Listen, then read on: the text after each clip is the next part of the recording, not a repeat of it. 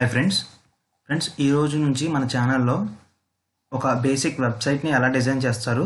So దాన్ని step by step classes wise మీకు video upload చేస్తాను. సో మీరు ఫాలో అయితే ఒక బేసిక్ వెబ్ పేజ్ని ఎలా డిజైన్ చేయొచ్చు, ఒక వెబ్సైట్ని ఎలా డిజైన్ చేయొచ్చు మీకు క్లియర్గా తెలుస్తుంది. సో ఈ వెబ్సైట్ డిజైనింగ్ అనేది చాలా సింపుల్, అలాగే చాలా ఎంజాయ్ చేస్తూ చేయొచ్చు. ఇది చాలా ఇంట్రెస్టింగ్గా ఉంటుంది కూడా. అంటే మిగతా లాంగ్వేజెస్ లైక్ అంటే సి లాంగ్వేజ్, జావా ఇట్లయితే కొంచెం డిఫికల్టీ ఏమి ఉండదు. ఇది మనకి యూజర్ ఫ్రెండ్లీ అనమాట.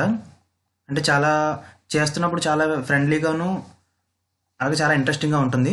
సో దీనికోసం మనం ఫస్ట్ హెచ్టిఎంఎల్ లాంగ్వేజ్ యూజ్ చేసి ఈ వెబ్ పేజెస్ అని డిజైన్ చేస్తారు. సో ఇక్కడ మీకు ఒక వెబ్ పేజ్ చూపిస్తాను, వెబ్సైట్. సో ఇది బోర్డ్ ఆఫ్ ఇంటర్మీడియట్, ఇది ఆంధ్రప్రదేశ్ది. సో ఈ వెబ్ పేజ్ చూసారా ఎంత కలర్ఫుల్గా ఉందో.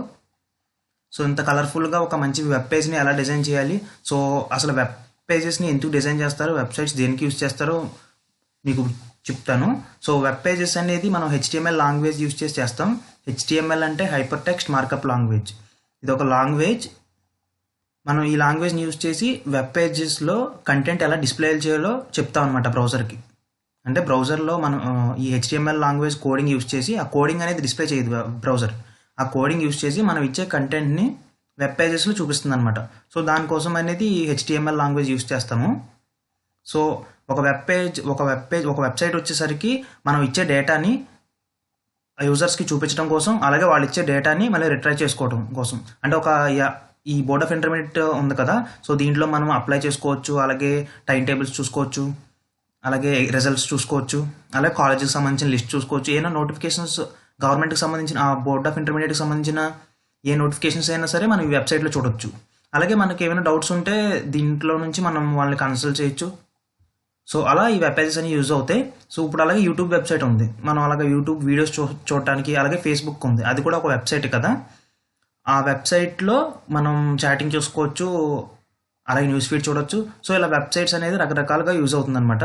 సో ఈ వెబ్ పేజెస్ని హెచ్టిఎంఎల్తో ఎలా చేస్తారనేది మీకు స్టెప్ బై స్టెప్ చూపించడానికి ఫస్ట్ హెచ్టిఎంఎల్ ఏంటి, దాన్ని రూట్ నుంచి మీకు చూపిస్తాను. సో ఫస్ట్ హెచ్టిఎంఎల్ స్ట్రక్చర్ అయితే చూపిస్తాను. ఏ లాంగ్వేజ్కైనా మనకి ఫ్రమ్ బేసిక్ నుంచి నేర్చుకోవాలంటారు కదా. సపోజ్ ఇప్పుడు ఇంగ్లీష్ లాంగ్వేజ్ నేర్చుకోవాలనుకుంటున్నారు, ఆల్ఫాబెట్స్ వస్తేనే కదా ఇంగ్లీష్ వచ్చేది. ఆల్ఫాబెట్స్ పక్కాగా రాకుండా మనం ఇంగ్లీష్ లెర్న్ చేయటం అంటే చాలా కష్టం కదా. సో అలాగే ఈ హెచ్టిఎంఎల్ కూడా ఒక స్ట్రక్చర్ అనేది ఉంటుంది. సో ఈ హెచ్టిఎంఎల్ని కోడ్ చేయడానికి మనకు ఒక టెక్స్ట్ ఎడిటర్ కావాలి. సో ఇదంతా టెక్స్ట్ ఫామ్లోనే మనం చేస్తాం అనమాట ఈ వెబ్ పేజెస్ని. సో దానికోసం మనం నోట్ప్యాడ్++ కానీ లేదంటే నోట్ప్యాడ్ కానీ యూజ్ చేస్తాం. నోట్ప్యాడ్++ ఎక్కువ యూజ్ చేస్తారు, మీరు అది యూజ్ చేయండి. సో లేదంటే నోట్ప్యాడ్ అయినా యూజ్ చేయండి. సో దీని స్ట్రక్చర్ అనేది మీకు ఒక చూపిస్తాను. సో ఇది ఓపెనింగ్ ట్యాగ్. ప్రతి హెచ్టిఎంఎల్కి ప్రతి పేజ్కి ఇలాగే ఉంటుందన్నమాట.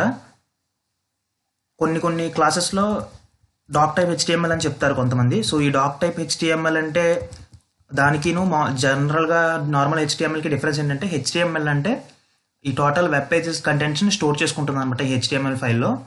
కాకపోతే ఈ డాక్ టైప్ హెచ్టిఎంఎల్ దేనికి యూజ్ అవుతుందంటే, మనం ఏ టైప్ వర్షన్ యూజ్ చేస్తున్నాం అనేది చూపిస్తుంది అనమాట. అంటే డాక్ టైప్ అంటే HTML5 వర్షన్ యూజ్ చేస్తున్నామా లేదా నార్మల్ హెచ్టిఎంఎల్ యూజ్ చేస్తున్నాం అనేది అక్కడ చూపిస్తుంది అనమాట. సో ఈ డాక్ టైప్కి దానికి డిఫరెన్స్ అదే అనమాట. సో ఈ డాక్ టైప్కి ఏ వర్షన్ యూజ్ చేస్తున్నాం అనేది చూపిస్తుంది అనమాట దీంట్లో. సో మనం జనరల్గా ఇప్పుడు బేసిక్ నేర్చుకుంటున్నాం కాబట్టి హెచ్టిఎంఎల్ అనేది యూజ్ చేస్తాం. సో ఇది ఓపెనింగ్ ట్యాగ్. హెచ్టిఎంఎల్లో ప్రతిదానికి ఓపెనింగ్ అలాగే క్లోజింగ్ ట్యాగ్స్ ఉంటాయి. అలాగే కొన్ని నార్మల్ ట్యాగ్స్ అనేవి ఉంటాయి, అంటే బ్రేక్, హారిజాంటల్ అలాంటివి నేను మీకు చూపిస్తాను ఫర్దర్గా. సో స్టార్టింగ్ మనం బేసిక్ నేర్చుకుంటున్నాం కాబట్టి ఇక్కడ స్లాష్ ఇచ్చాను చూసారా. సో అలా క్లోజింగ్ ట్యాగ్ ప్రతి ట్యాగ్కి అలా స్లాష్ ఇవ్వాలన్నమాట. అంటే ఇది ఇక్కడ కనిపించేది ఓపెనింగ్ ట్యాగ్, అలాగే ఇది క్లోజింగ్ ట్యాగ్. ఈ క్లోజింగ్ దానికి ప్రతిదానికి స్లాష్ ఉండాలి. స్లాష్ లేకపోతే అది కూడా ఓపెనింగ్ ట్యాగ్ అవుతుంది. సో ఫస్ట్ ఓపెనింగ్కి starting web page starting HTML అని ఉండాలి, లాస్ట్లో /HTML అని ఉండాలి. నెక్స్ట్ ఈ మనం హ్యూమన్స్కి ఎలా అయితే హెడ్ పార్ట్ బాడీ పార్ట్ అలా ఉంటుందో, సేమ్ ఒక లాంగ్వేజ్కి కూడా హెడ్ పార్ట్ బాడీ పార్ట్ అని ఉంటుంది. సో స్టార్టింగ్ HTML ఇచ్చాం కదా, తర్వాత దానికి హెడ్ పార్ట్ ఇవ్వాలన్నమాట. అంటే ఈ వెబ్ పేజ్ దేనికి సంబంధించినది అనేది ఒక title, description, small brief description ఇవ్వడానికి ఇది యూజ్ అవుతుంది అనమాట. చిన్న చిన్న ట్యాగ్స్ ఇవ్వడానికి కూడా ఇది యూజ్ అవుతుంది. సో హెడ్ పార్ట్లో మనకి ఏముంటుంది, టైటిల్ ఉంటుంది. టైటిల్ అంటే వెబ్ పేజ్ యొక్క టైటిల్. సపోజ్ ఇది బోర్డ్ ఆఫ్ ఇంటర్మీడియట్ అని ఇచ్చాను అనుకోండి, ఒక వెల్కమ్ టు HTML అని ఇద్దాం. ఇచ్చిన తర్వాత ఈ టైటిల్ని కూడా క్లోజ్ చేయాలి. టైటిల్ ఓపెన్ ఇచ్చాం కదా, ఇక్కడ గ్యాప్ ఉండొచ్చు, మనం ఎంత గ్యాప్ అయినా ఇచ్చుకోవచ్చు, కాకపోతే అది ఒక సింగిల్ గ్యాప్ అని చూపిస్తుంది.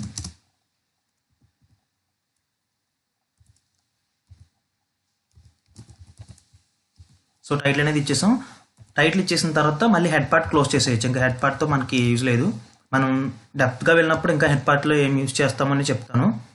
సో ఇక్కడ మీరు చూసారా, ఇక్కడ ఒక స్ట్రక్చర్ మెయింటైన్ చేశాను నేను. ఇక్కడ ఈ స్ట్రక్చర్ అనేది అంటే HTML అనేది లెఫ్ట్ సైడ్ రాశాను, టైటిల్ పార్ట్ అనేది మిడిల్లో రాశాను. సో ఇలా ఎందుకు రాస్తామంటే మనం టైప్ చేసిన తర్వాత ఏమైనా వెరిఫై చేసుకోవడానికి, అలాగే ఏమైనా మిస్టేక్స్ ఉన్నప్పుడు చెక్ చేసుకోవడానికి, లేదంటే కోడింగ్ చూసిన వాళ్ళకి ఎవరికైనా ఈజీగా ఉండడం కోసం ఒక స్ట్రక్చర్ మెయింటైన్ చేస్తాం. ఈ స్ట్రక్చర్ అనేది చాలా ఇంపార్టెంట్.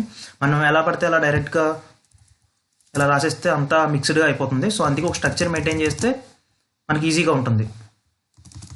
ఏది హెడ్ పార్ట్, ఏది బాడీ పార్ట్ అనేది చూసుకోవడానికి చాలా ఈజీగా ఉంటుంది. సో నెక్స్ట్ వచ్చేసరికి హెడ్ పార్ట్ అయిపోయింది కదా, ఇప్పుడు బాడీ పార్ట్. సో ఈ బాడీలో మనం HTMLకి సంబంధించిన మెయిన్ ఏ కంటెంట్ అయితే రాస్తామో, ఆ కంటెంట్ వెబ్ పేజ్లో ఏదైతే చూపిస్తామో, సో ఆ కంటెంట్ అంతా మెయిన్ ఇక్కడ బాడీ పార్ట్లోనే చేస్తాం అనమాట. సో ఇది మేజర్ ట్యాగ్ అని చెప్పుకోవచ్చు. సో ఈ బాడీకి కూడా క్లోజింగ్ ట్యాగ్ అనేది ఉంటుంది. ప్రతి ట్యాగ్కి ఓపెనింగ్ అలాగే క్లోజింగ్ ఉంటుంది. సో ఇక్కడ ఈ బాడీ పార్ట్లో మీకు ఏది రాస్తే, ఏది కోడింగ్ చేస్తే అది మనకి వెబ్ పేజ్లో చూపిస్తుంది అనమాట. సో ఇక్కడ హలో ఫ్రెండ్స్ అని నేను టైప్ చేస్తాను. సో ఇక్కడ హలో ఫ్రెండ్స్ అని టైప్ చేశాను కదా. సో ఇది ఒక స్మాల్ వెబ్ పేజ్ అనమాట, ఒక డెమో కోసం. సో దీన్ని ఫస్ట్ సేవ్ చేయాలన్నమాట. సో ఇక్కడ ఫైల్లోకి వెళ్ళి సేవ్ మీద క్లిక్ చేసినట్లయితే, సో ఇక్కడ సేవ్ యాజ్ టైప్ అన్నది కదా, ఇక్కడ టెక్స్ట్ డాక్యుమెంట్ కాస్త ఆల్ ఫైల్ సెలెక్ట్ చేయండి. ఆల్ ఫైల్ సెలెక్ట్ చేసి ఇక్కడ ఫైల్ నేమ్లో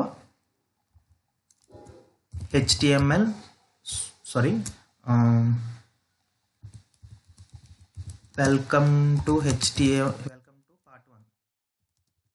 పార్ట్ 1 అని పెట్టి .html కానీ లేకపోతే .htm అని మాత్రం పెట్టాలి.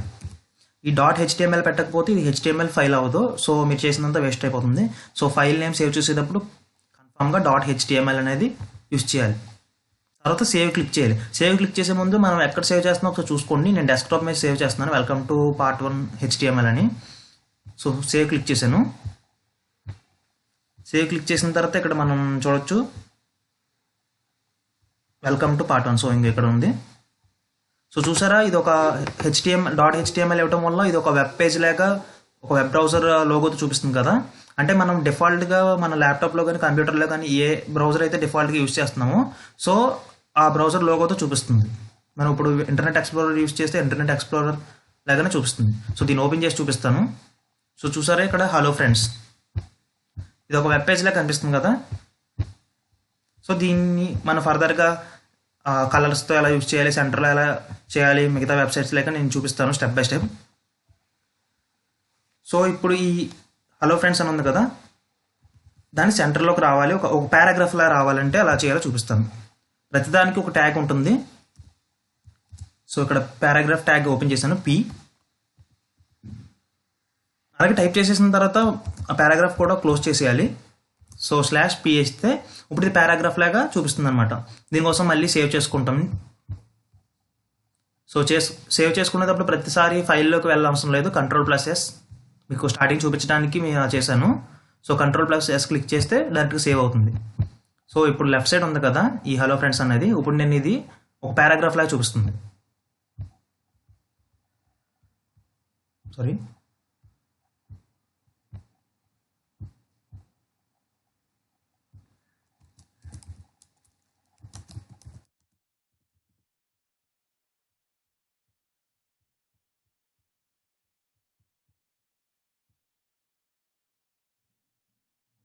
సో ఇక్కడ తక్కువ కంటెంట్ ఇచ్చాను కాబట్టి ఇలా పారాగ్రాఫ్లో చూపించట్లేదు.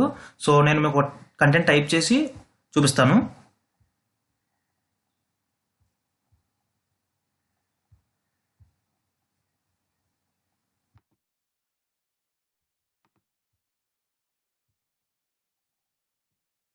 ఇక్కడ నేను ఒక కంటెంట్ టైప్ చేశాను.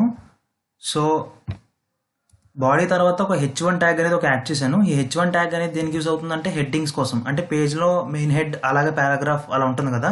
సో ఈ పారాగ్రాఫ్కి హెడ్డింగ్కి డిఫరెన్స్ చూపించడం కోసం నేను అలా టైప్ చేశాను. సో కన్ఫ్యూజ్ అవ్వద్దు, మీకు చూపిస్తాను. సేవ్ చేసిన తర్వాత మనకి ఇది హెడ్డింగ్లో ఇచ్చిన టెక్స్ట్ ఇలా కనిపిస్తుంది, అంటే కొంచెం డార్క్గా. పారాగ్రాఫ్లో ఇచ్చింది ఒక పారాగ్రాఫ్ స్ట్రక్చర్లో చూపిస్తుంది. సో ఇక్కడ చూడొచ్చు H1 హలో ఫ్రెండ్స్ అని ఇచ్చాను కదా ఈ H1లో. తర్వాత H1 క్లోజ్ చేశాను, తర్వాత పారాగ్రాఫ్ ఓపెన్ చేసి పారాగ్రాఫ్ క్లోజ్ చేశాను. ఓకే, ఇప్పుడు ఈ పారాగ్రాఫ్ ట్యాగ్ దేనికి యూజ్ అవుతుందో అర్థమైంది కదా. సో అలాగే ఈ H1 ట్యాగ్స్ టోటల్ 6 ఉంటాయి. H1, H2, H3, H4, H5. Next H2 tag use చేసి యూజెస్ ఏంటో చూపిస్తాను మీకు. సో కాపీ చేసి పేస్ట్ చేస్తాను. సో H2 ట్యాగ్ ఏంటంటే కొంచెం సైజ్ డిఫరెన్స్ ఉంటుందన్నమాట. ఇప్పుడు సేవ్ చేశాను. సో చూసారా కొంచెం సైజ్ డిక్రీజ్ అయిందనమాట. అంటే H1 మెయిన్ అనమాట. తర్వాత H3.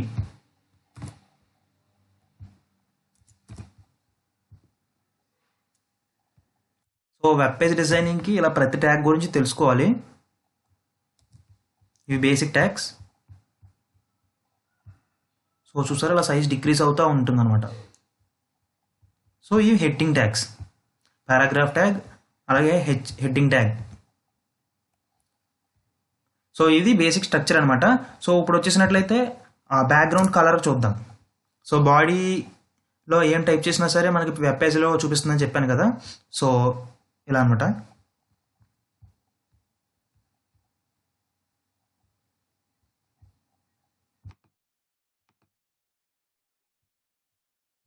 సో ఇలా బాడీలో టైప్ చేసిన ప్రతిదీ ఇక్కడ చూపిస్తుంది అనమాట ఈ వెబ్ పేజ్లో. సో అలాగే ఇప్పుడు బాడీలో బ్యాక్గ్రౌండ్ కలర్ మార్చాలంటే ఒక స్కై బ్లూ పెట్టాలనుకుంటున్నాం అనుకోండి. సో ఇక్కడ ఈ బాడీ అన్న తర్వాత ట్యాగ్ని ఓపెన్ చేసి గ్యాప్ ఇచ్చి బీజీ కలర్ అంటే background colour is equal to double quotes పెట్టాలి. డబుల్ కోట్స్ పెట్టి మనం ఏదైతే కలర్ ఇవ్వాలనుకుంటాం, అంటే HTMLలో ప్రతి కలర్కి ఒక కోడింగ్ ఉంటుంది. ఆ కోడింగ్ అంటే ఒక నెంబర్స్ లాగా ఉంటుందన్నమాట. మీకు ఏ కలర్ కావాలో ఆ కలర్కి సంబంధించిన కోడ్ మనకి వెబ్సైట్స్లో దొరుకుతాయి. సో ఆ కోడింగ్ ఇక్కడ పేస్ట్ చేసుకోవచ్చు, లేదంటే మనకి కలర్ నేమ్ తెలిస్తే ఆ కలర్ ఇక్కడ టైప్ చేసుకోవచ్చు. సో ఇక్కడ స్కై బ్లూ అని ఇచ్చాను కదా. సో డబుల్ కోట్స్ క్లోజ్ చేసి దీన్ని సేవ్ చేస్తాను, Ctrl+S.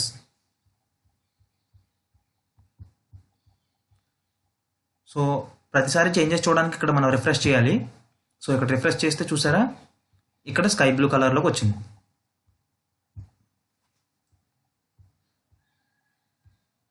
సో ఇలా బ్యాక్గ్రౌండ్ కలర్ అనేది మార్చుకోవచ్చు. సో నెక్స్ట్ టెక్స్ట్ వచ్చేసరికి సెంటర్లో రావాలంటే ఏ ట్యాగ్ యూజ్ చేయాలో చూపిస్తాను. సేమ్ నేమ్లోనే ఉంటుంది, సెంటర్ ట్యాగ్.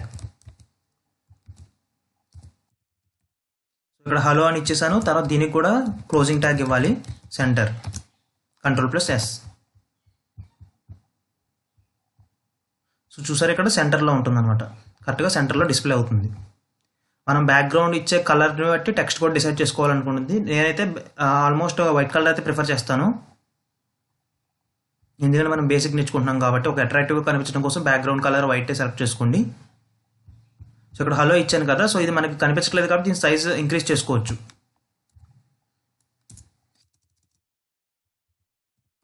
H1 చేసిన తర్వాత H1 ట్యాగ్ క్లోజ్ చేసేయండి.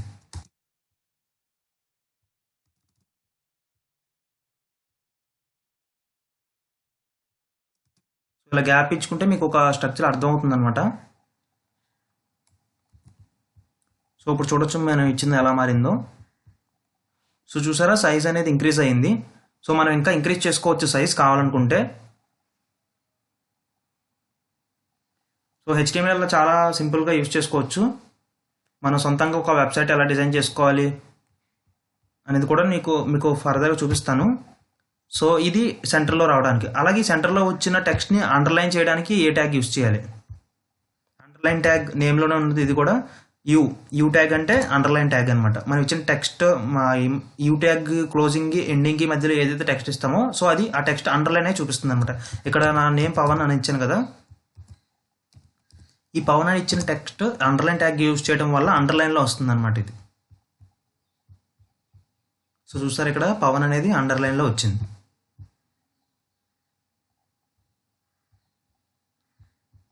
సో ఇలా చాలా రకాల ట్యాగ్స్ అయితే ఉంటాయి HTMLలో. సో నెక్స్ట్ ట్యాగ్ వచ్చేసరికి హారిజంటల్. హారిజంటల్ ట్యాగ్ దేనికి యూజ్ అవుతుందంటే మనకు ఒక హారిజంటల్ లైన్ అనేది ఒక డ్రా అవుతుంది అనమాట. అంటే ఈ వెబ్సైట్లో ఈ పార్ట్ వేరు అని డిఫర్ చేయడానికి ఒక పేజ్లో ఈ ట్యాగ్ యూజ్ చేస్తాము. సో దీనికంటే మనకి ఎండింగ్ ట్యాగ్ ఏమని ఉండదు, just only opening tag. So చూసారు ఇక్కడ ఒక హారిజంటల్ లైన్ అనేది వచ్చింది. సో ఇలా హారిజంటల్ లైన్స్ ఎన్ని కావాలితే అన్ని హెచ్ఆర్ ట్యాగ్స్ యూజ్ చేసుకోవచ్చు. సో ఇంకొక హెచ్ఆర్ ట్యాగ్ యూజ్ చేస్తాను నేను ఇక్కడ, సేవ్. ప్రతి ట్యాగ్కి మీరు సేవ్ చేసుకోవడం మర్చిపోవద్దు. సో అలా టూ లైన్స్ వచ్చినాయి కదా, 2 హారిజంటల్ రోస్.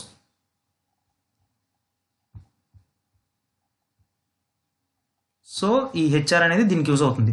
నెక్స్ట్ వచ్చేసరికి టెక్స్ట్ కలర్ అంటే ఫాంట్ కలర్ అనమాట.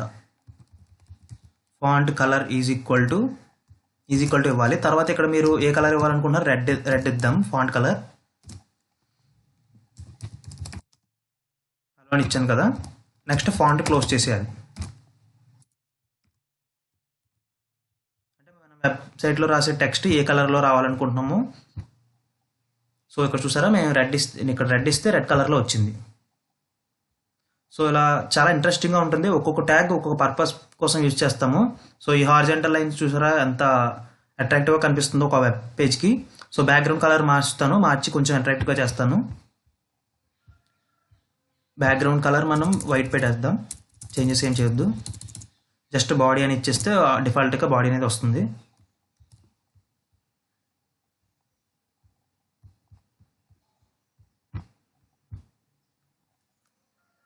సో చూసారా, సో ఈ హలో అన్నదాన్ని మనం బ్లూ కలర్లో మారుద్దాం.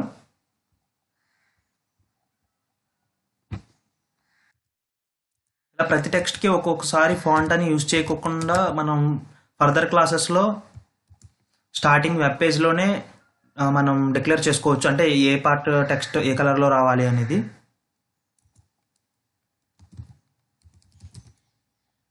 ఇప్పుడైతే మీకు నేర్చుకోవడానికి ఈజీగా ఉంటుందని చెప్పేసి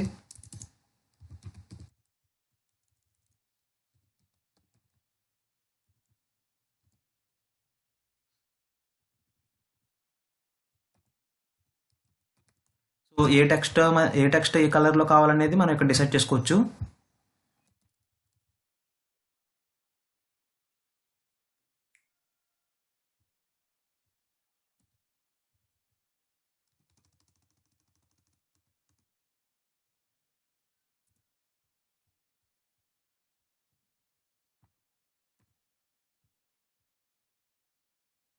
ఇక్కడ బ్లూ కలర్ ఇచ్చాను కదా హలో అన్నదానికి.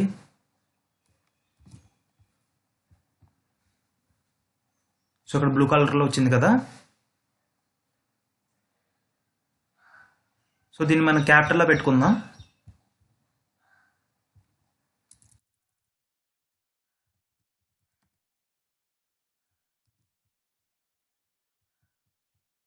క్యాపిటల్కి సపరేట్గా ట్యాగ్ ఏమీ అవసరం లేదు, క్యాప్స్ లాక్ యూజ్ చేసి మనం టైప్ చేసుకోవచ్చు.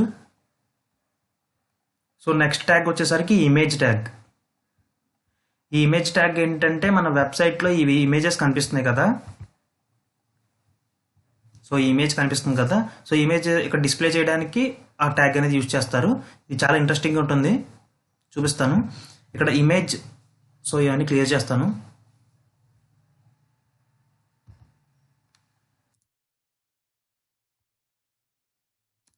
కన్ఫ్యూజ్ అవుతారు. సో ఈ ఇమేజ్ ట్యాగ్ ఈ బాడీలోనే టైప్ చేస్తారు. ఇది కూడా ఎక్కడైతే కావాలనుకుంటున్నాం ఆ ప్లేస్లో IMG సోర్స్. ఈ సోర్స్ అనేది ఎక్కడ నుంచి తీసుకుంటున్నాం ఇమేజ్ని, మన వేరే వెబ్సైట్లో నుంచి తీసుకుంటున్నామా లేదంటే మనం అప్లోడ్ చేసిన మన వెబ్సైట్లో సర్వర్లో అప్లోడ్ చేసిన దాని నుంచి తీసుకుంటున్నామా అనేది ఇక్కడ చూపిస్తాం. Image source is equal to double quotes open. So ఇప్పుడు నేను వేరే వెబ్సైట్లో నుంచి తీసుకుందాం అనుకుంటున్నాను ఈ వెబ్ పేజ్, ఒక మన డెస్క్టాప్లో ఉన్నదాన్ని తీసుకుందాం. సో దానికోసం ఫస్ట్ మన డెస్క్టాప్లో ఉన్న ఇమేజ్ని ఒకటి సెలెక్ట్ చేసుకోవాలి. సో దానికోసం మన పీసీలోకి వెళ్ళి ఇమేజెస్ సెలెక్ట్ చేసుకుని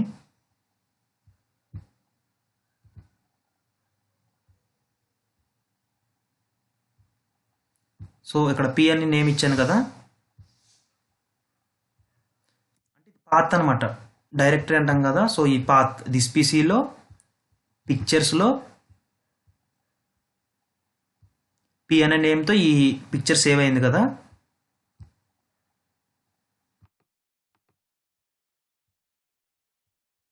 ఆ అడ్రస్ని అక్కడ టైప్ చేయాలన్నమాట. అంటే image source is equal to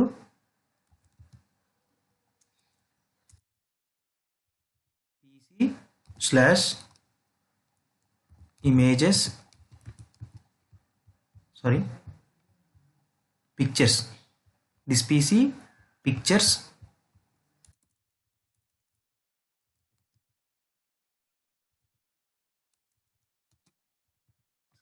pictures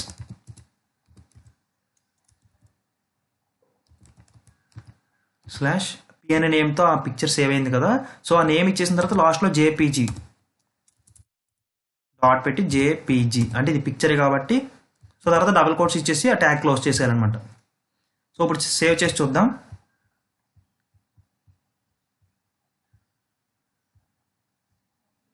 so ఇక్కడ ఇమేజ్ సపోర్ట్ ఇవ్వట్లేదు, అంటే మనం పాత్ రాంగ్ పెట్టామన్నమాట. దిస్ పీసీ పిక్చర్స్, సో వేరే ఇమేజ్ సెలెక్ట్ చేద్దాం.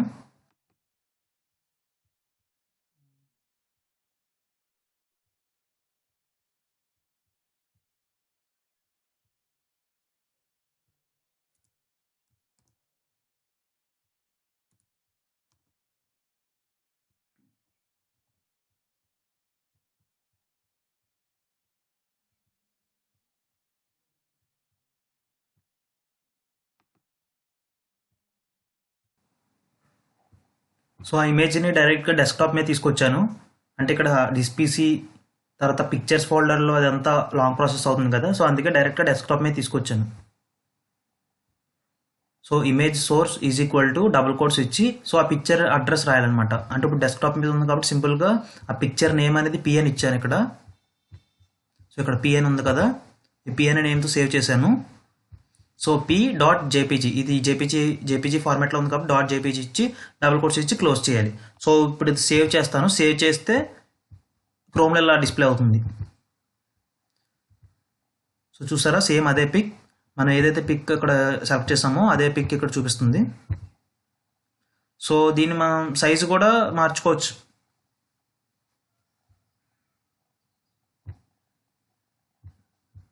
సైజ్ అనేది మనం వెబ్ పేజ్ టోటల్ కవర్ చేసేస్తుంది కాబట్టి సో విత్ హైట్ అలా ఇచ్చుకోవచ్చు. ఈజ్ ఈక్వల్ టు 250,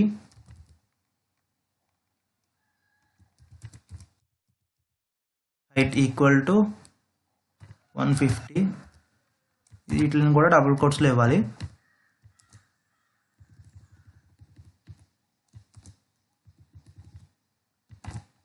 ఎలా అయితే కంప్యూటర్లో మనం ఈ ప్రోగ్రామింగ్లో కంప్యూటర్కి మన ఇంగ్లీష్ లాంగ్వేజ్ అర్థం కాదు కదా, సో డబుల్ కోట్స్లో ఇస్తాం కదా కొన్ని. సో అలాగే సేమ్ ఇక్కడ కూడా. సో చూసారా, ఇక్కడ మనం ఇచ్చిన సైజ్ ప్రకారం ఇది డిస్ప్లే అవుతుంది. సో ఇమేజ్ని మళ్ళీ సెంటర్లో రావాలంటే సేమ్ సెంటర్ ట్యాగ్ టెక్స్ట్కి ఏదైతే యూజ్ చేసామో సేమ్ అదే సెంటర్ ట్యాగ్ యూజ్ చేసుకోవచ్చు. సో ఇమేజ్ ట్యాగ్ యూజ్ చేసి ఇలా ఇమేజ్ని డిస్ప్లే చేసుకోవచ్చు. నెక్స్ట్ వచ్చేసరికి హైపర్ లింక్. ఇది వెబ్సైట్లో చాలా ఇంపార్టెంట్. మనం ఏ వెబ్సైట్ ఓపెన్ చేసినా మనకి పర్టికులర్గా వేరే పేజ్కి వెళ్ళడానికి, లేదంటే ఈ లింక్ క్లిక్ చేస్తే పర్టికులర్ ఇన్ఫర్మేషన్ మీకు డిస్ప్లే అవుతుందని చెప్తారు కదా. సో ఈ లింక్నే హైపర్ లింక్ అంటాం. సో ఇక్కడ మనం ఈ లింక్ మీద క్లిక్ చేయగానే ఇక్కడ హ్యాండ్ సింబల్ వస్తుంది చూసారా. ఈ హ్యాండ్ సింబల్ వచ్చిన ప్రతిదీ ఇమేజ్ మీద క్లిక్ చేసినా, టెక్స్ట్ మీద క్లిక్ చేసినా దాన్ని హైపర్ లింక్ అనే అంటారు. అంటే ఇక్కడ టెక్స్ట్ యూస్ చేసి వేరే పేజ్కి కానీ లేదంటే వేరే ఫోల్డర్కి కానీ తీసుకెళ్తుంది, ఇది వేరే వెబ్సైట్స్ కానీ.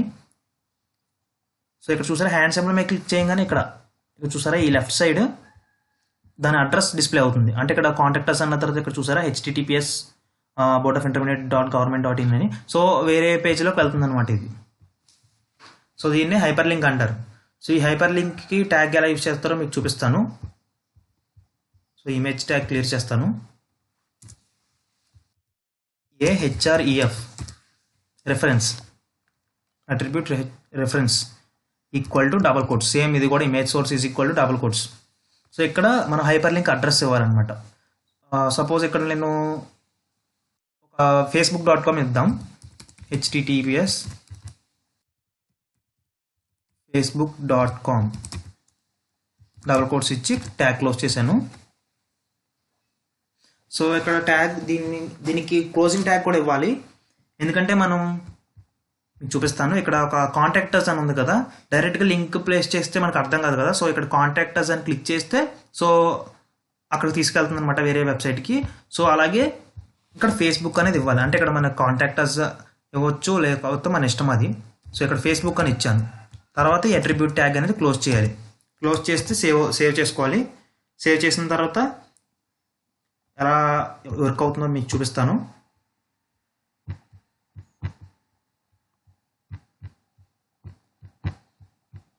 సో చూసారా, ఇక్కడ ఒక హైపర్ లింక్ లాగా డిస్ప్లే అవుతుంది అనమాట. సో ఇక్కడ హ్యాండ్ సింబల్ వస్తుంది కదా, నార్మల్ టెక్స్ట్కి అయితే ఈ హ్యాండ్ సింబల్ రాదు, అలాగే ఈ లింక్ అనేది రాదు. సో చూసారా, ఆ లింక్ మీద క్లిక్ చేయగానే డైరెక్ట్గా ఫేస్బుక్ తీసుకెళ్ళిపోయింది. మనం ఇక్కడ ఫేస్బుక్ కాకుండా ఏ యూట్యూబ్ అడ్రస్ ఇచ్చినా సరే డైరెక్ట్గా అక్కడ యూట్యూబ్కి తీసుకెళ్తుంది. సో ఇక్కడ https facebook.com అని ఇచ్చాను కదా, సో అందుకే ఫేస్బుక్ తీసుకెళ్ళింది. సో ఈ హైపర్ లింక్ అనేది దానికి యూజ్ చేస్తారు. ఇది వెబ్సైట్స్లో మనం మేజర్గా చూస్తూ ఉంటాం. మనం ఏదైనా సెర్చ్ చేసినా ఒక వెబ్ బ్రౌజర్లో స్టార్టింగ్ ఈ హైపర్ లింక్స్ అనేవి వస్తాయి సజెషన్స్లో. సో ఇది ఫ్రెండ్స్ ఒక బేసిక్ స్ట్రక్చర్. ఇది ఇంకా చాలా రకాల ట్యాగ్స్ ఉంటాయి. సో దాన్ని మనం నెక్స్ట్ క్లాస్లో చూద్దాం స్టెప్ బై స్టెప్. సో మీకు నా వీడియో నచ్చినట్టయితే లైక్ చేయండి, అలాగే ఏమైనా సజెషన్స్ ఉంటే కింద కామెంట్ సెక్షన్లో మెన్షన్ చేయండి. Thank you.